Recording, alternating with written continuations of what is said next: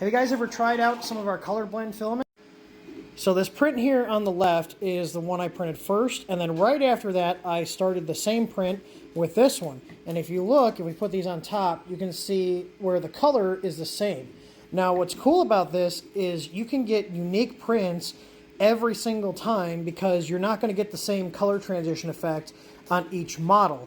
So you can keep printing the same models over and over again, and these are stuff we're going to be selling at one of the events we're going to. So this gives people a choice between a slightly different effect and style on the colors, even though it's on the same model. So if you guys want to check these out, go to our website and type colorblend into the search, and you can see this. This is actually our opalescent one, and we have 4 other ones, including one that's like this, but it glows in the dark. So the filament looks white, and then you put it under the UV light for a while or just daylight, turn the lights off, and then it'll glow the different colors just like how these present the different colors. But it's a really cool effect. Not many people know about these, and these are actually printed only with about 10% infill, so you can see the color change is actually pretty quick even though this is not a ton of material.